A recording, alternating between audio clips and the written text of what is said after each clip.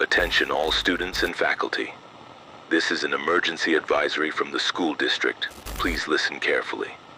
At approximately 9 a.m., staff reported unusual behavior from a student. This student, you will know them by their constant, unwavering smile, has been observed exhibiting abnormal physical traits and influencing others in ways we do not yet understand. Do not engage with the student who always smiles. Initial reports indicate that prolonged eye contact with this individual triggers involuntary facial muscle contractions in observers. Victims begin to smile uncontrollably, their lips stretching beyond natural limits. The skin at the corners of the mouth splits, yet they report no pain, only an overwhelming urge to keep smiling. If you see the smiling student, look away immediately.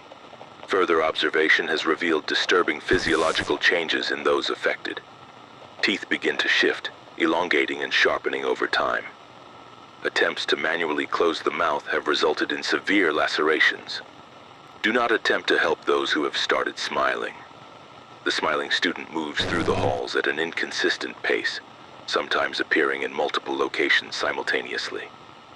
They do not speak, but those who have smiled for more than 5 minutes report hearing whispers, phrases like, "It's better this way," and "You'll understand soon." Lockdown procedures are now in effect. The student's original identity is unconfirmed. Yearbook photos from previous years show their face, but the smile was never present before today. Faculty records list no such student enrolled. Custodial staff claim to have seen them standing motionless in empty classrooms after hours, still smiling, long before this incident began. Do not trust anyone who tells you to smile. The affected are no longer recognizable. Their eyes have darkened, pupils dilating to absorb all available light. They are drawn to the original smiling student, gathering in silent clusters. Attempts to restrain them have proven ineffective. They do not resist. They only smile wider. Final advisory. Cover your mouth. Do not make a sound. They are listening for breathing. The lights are failing. The doors will not hold. It's better this way. This is an emergency message from Blackwood High School. At approximately 8 a.m. this morning, multiple staff members reported seeing a student matching the description of Lucas Mercer, a senior who passed away in a car accident last November. Security footage confirms an individual wearing Lucas's Letterman jacket, the same one buried with him, entered the building through the east stairwell. The individual moves normally, but doesn't breathe. His skin is dry and stiff like paper left in the sun too long. When spoken to, he responds in Lucas's voice, but there's always a 3-second delay, as if the words are being pulled from an old voicemail. Teachers noted his eyes never reflect light. They remain solid black, even in direct sunlight. At 10 a.m., the fire alarms activated without cause. During evacuation, Lucas was seen standing motionless in the center of the hallway. Students who made eye contact reported hearing whispers in their ears, always Lucas's last text message to them word for word. Those who touched him say his body is cold and hollow like a plaster cast. When the nurse tried to take his pulse, her stethoscope picked up only a faint, looping recording of Lucas laughing. As of 12 p.m., Lucas began approaching his former classmates. He asks them to confirm his memories. Was my locker number 217? It was. Did we have a test on the day I died? They did. If answered correctly, he thanks them. But his mouth doesn't move when he speaks. If answered incorrectly, he repeats the question, leaning closer each time until his lips split vertically at the corners. Do not acknowledge him after 3 p.m. Around this time, his movements become erratic. He begins speaking in reverse, his jaw unhinging slightly with each word. The school has been evacuated, but Lucas has been observed exiting the building through closed windows. The glass doesn't break. It liquefies as he passes through. His shadow no longer matches his body. It lingers in doorways for hours after he's gone, twitching if anyone steps on it. Parents, if your child reports seeing Lucas, do not ask for details. He is drawn to repetition. At 4 p.m., calls began flooding in from residents near the school.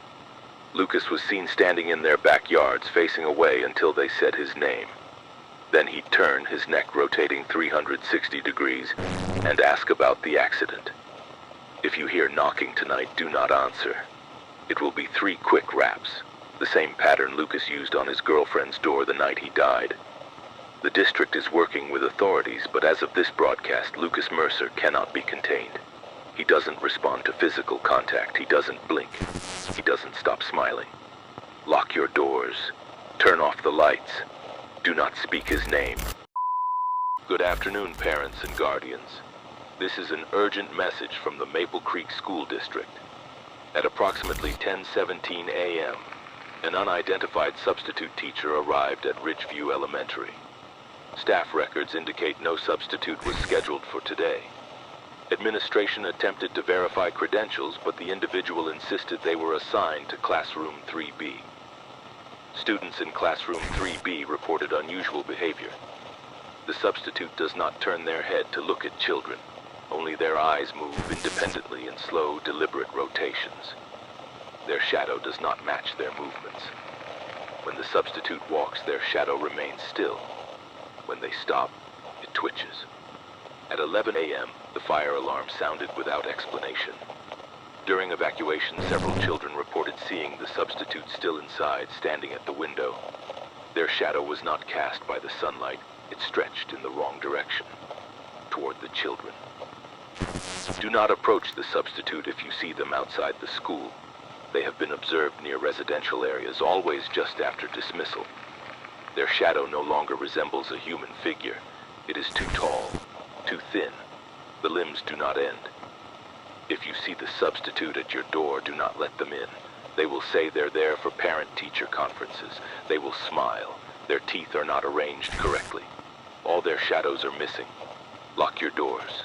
Turn off the lights. And whatever you do, don't look at what's waiting in the dark. It's not the substitute anymore.